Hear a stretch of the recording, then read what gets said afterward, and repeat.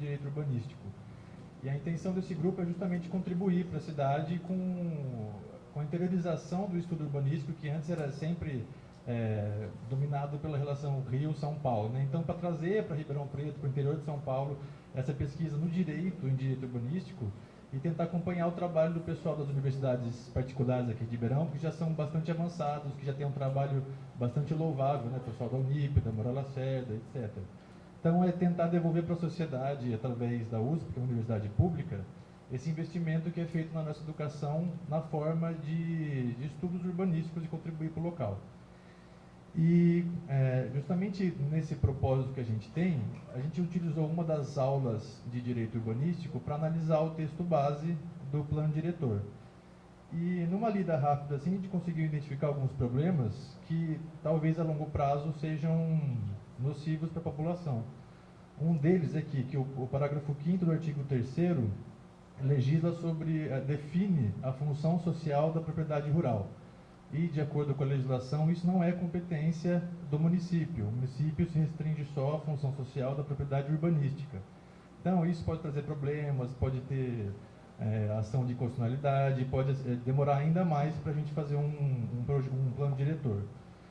O artigo 29, inciso 5º, 2, fala sobre requisição urbanística.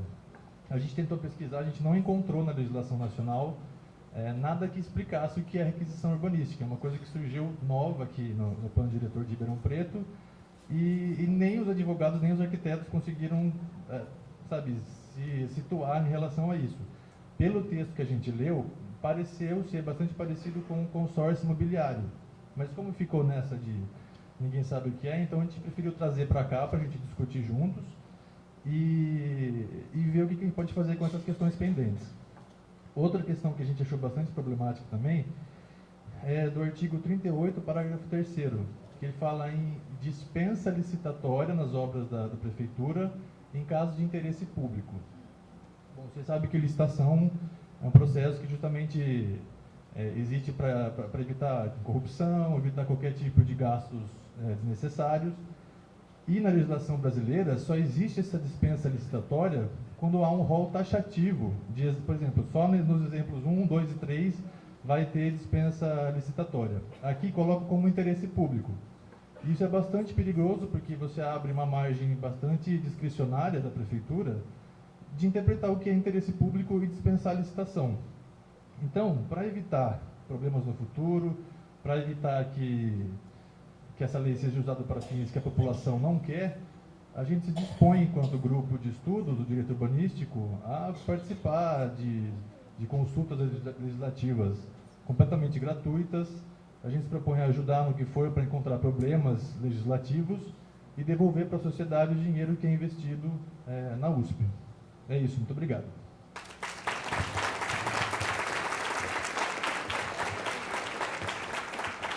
Muito obrigado, André.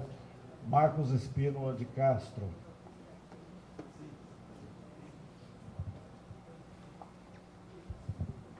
Boa noite. Secretário de Planejamento e Gestão, Marcos Espínola. Eu já fui secretário de Planejamento, já fui também diretor e secretário de Obras de Serviços 2000, já fui diretor de Desenvolvimento da Coab e Planejamento. Venho aqui com o único específico, não para paragrafar alguns artigos, mas para pensar na cidade que eu há quase 40 anos faço, que é urbanismo, desenvolvimento e formas de pensar numa audiência dessa, como que nós vamos pensar uma cidade em 1 milhão de pessoas. Artigos, parágrafos, capítulos são importantes para serem definidos, mas as questões dessas inserções, elas são feitas para que a gente possa ouvir a sociedade e cada um contribuir naquilo que nós precisamos, gerar emprego, renda, trabalho, desenvolvimento com qualidade e diminuir as diferenças sociais entre as categorias e as classes. Falo hoje aqui, meu presidente do Sinduscom está aqui, José Batista Ferreira, junto com algumas pessoas geradoras de emprego da construção civil e também do desenvolvimento urbano. Somos uns grandes colaboradores na construção e no urbanismo dos loteamentos, dos planejamentos, em gerar a melhor qualidade de áreas verdes, os melhores viários. É só vocês perceberem, nesses últimos 20 anos ou mais, tudo que se fez novo se fez melhor que o velho. Todas as implantações urbanas feitas nessa cidade nos últimos anos foi para melhor e com melhor qualidade e com desempenho de leis federais, leis estaduais e as leis municipais. Queremos aqui colocar que vamos continuar dando a nossa contribuição com algumas coisas que precisamos apresentar sobre. Godoy está aqui do nosso comitê, que eu faço parte também do Moradia de Interesse Social, que é o HIS, que nós também estaremos trabalhando nessas áreas que já foram contempladas, áreas difusas, áreas subutilizadas, áreas institucionais que à época foram colocadas para o município e que muitas vezes não precisam ser feitas, que nós possamos fazer a maior quantidade de unidades habitacionais para atender a maior quantidade da demanda que se passa hoje ainda de 15 a 20 mil habitações na nossa cidade. Temos uma condição de diminuir essa quantidade. É isso que nós precisamos. Nós precisamos vir aqui com o espírito de somar. Nós temos que vir aqui com o espírito de desenvolver e fazer, tirar as amarras do poder público engessado sobre muita lei e não consegue fazer uma área adicional de 5, 8, 10 mil metros, que a prefeitura não faz a uma UBS porque não tem condições de, e nem necessidade, que está do lado de um hospital, está perto de uma praça, não pode fazer ali uma inserção de moradia habitacional. Por que não? Por que não misturar toda uma sociedade para homogeneizar as condições dele?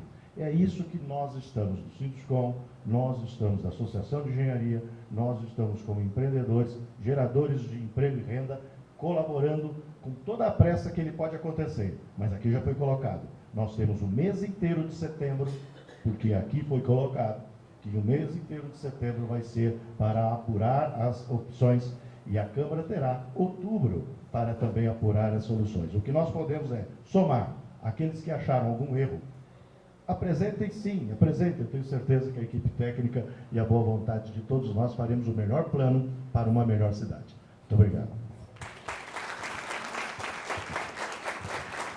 Muito obrigado, Marcos. Queria chamar a Tatiana de Souza Gaspar e depois a Tatiana, Ana Luísa Miranda.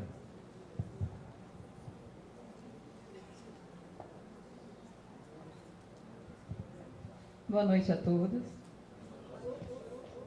Tem um limite aqui. Bom, pessoal, muitos aqui já me conhecem, né? Eu tenho vários alunos aqui, que é muito bom.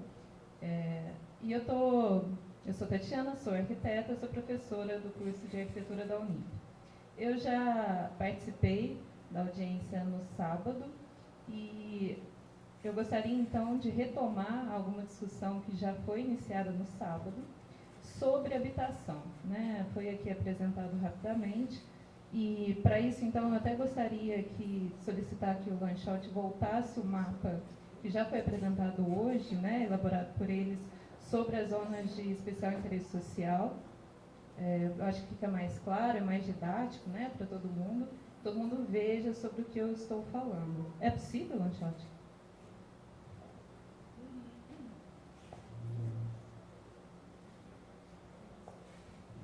Isso, ótimo, muito obrigada. Pois bem, eu gostaria, não sei quem está de posse do material que foi disponibilizado na internet, né?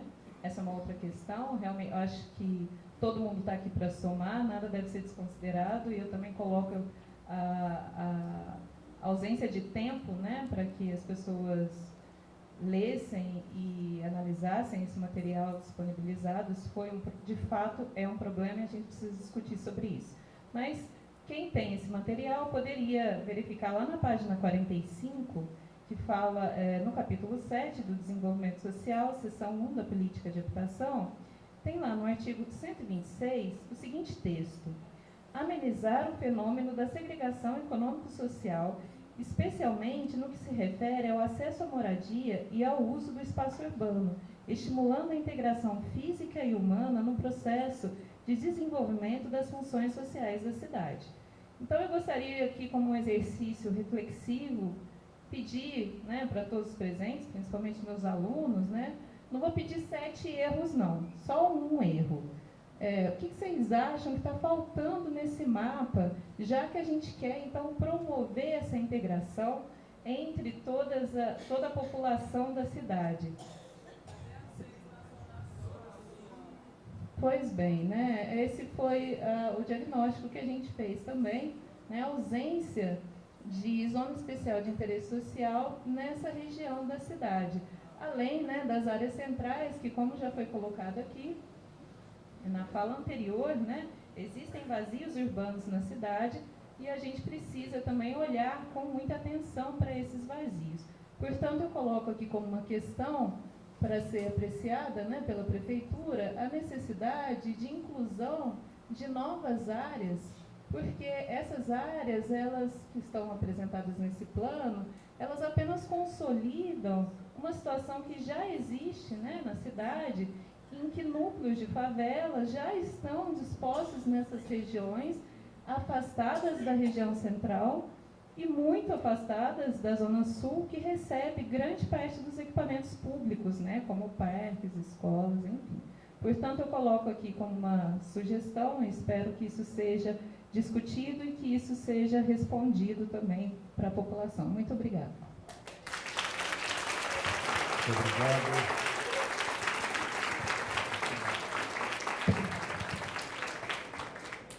Boa noite a todos. Meu nome é Ana Luísa, sou arquiteta urbanista, professora universitária e também conselheira eleita recentemente do Conselho de Moradia, Conselho Municipal de Moradia Popular. Uma primeira questão, complementando a Tatiana, né, é que o texto base, ele coloca na seção, né, de macrozoneamento, ele apresenta só a definição do que é zona especial de interesse social. Então, ele não define o que significa a Zona Especial de Interesse Social 1, nem a Zona Especial de Interesse Social 2. Né? Então, isso também é um problema que o texto base apresenta. E a gente também fez, no sábado, nas oficinas, uma sugestão, né, de incluir a região central e o Campos Elíseos também, criando uma nova Zona Especial de Interesse Social, que seria a Zona Especial de Interesse Social 3, que pudesse promover uma política de uso dos imóveis ociosos nessas áreas, porque a gente sabe, eu orientei um trabalho de uma aluna final de curso, e num levantamento só dela, né, rapidamente, de uma sub-área do centro, ela conseguiu identificar inúmeros imóveis vazios nas áreas centrais, né, no quadrilátero central, imóveis tanto particulares, quanto da União, quanto do Estado. Então, eu acho fundamental, tendo em vista que o Lanchotte coloca, né, como um dos princípios a reestruturação dessas áreas em processo de degradação, a gente pensar também o centro como um espaço de moradia, sobretudo para a população de baixa renda, né, garantindo, então, que essa população consiga acessar um espaço consolidado da cidade, com mobilidade, com equipamentos urbanos, com um pouco mais de qualidade, né? Outra coisa que eu queria fazer uma solicitação é que, assim que o texto for finalizado, né, e ao invés de ficar só disponível no site, né, para leitura, que pudesse acontecer uma audiência pública, para que fosse feita uma leitura pública, então, desse texto final, antes de ser encaminhado à Câmara Municipal de Ribeirão Preto, porque eu acho que, assim, o processo me parece que pode ser um pouquinho mais democrático, né? A gente está vendo algumas dificuldades, porque o plano, da maneira como ele está sendo tocado, né, ficou um plano altamente genérico, né, que não garante nada e coloca a responsabilidade em todas as leis complementares.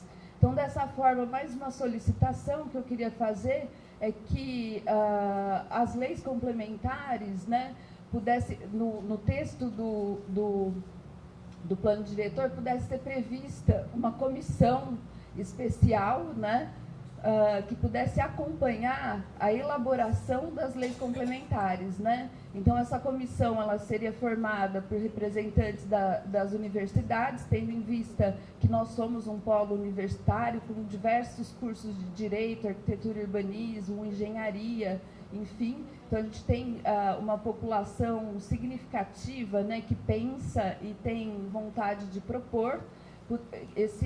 Essa comissão também poderia ter como representantes os técnicos da prefeitura, que são técnicos também muito capazes e com várias propostas interessantes, né?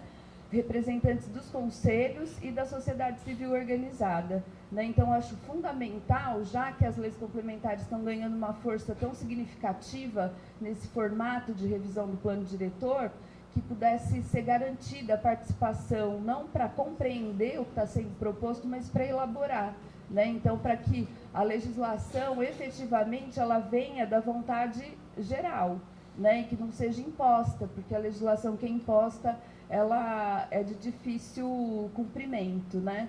E outra questão também que eu queria colocar, por último, para não tomar muito tempo da audiência, é que no sábado, né, a gente também discutiu um instrumento bastante importante para Ribeirão, que já vem sendo aplicado em São Paulo, que é a cota de solidariedade.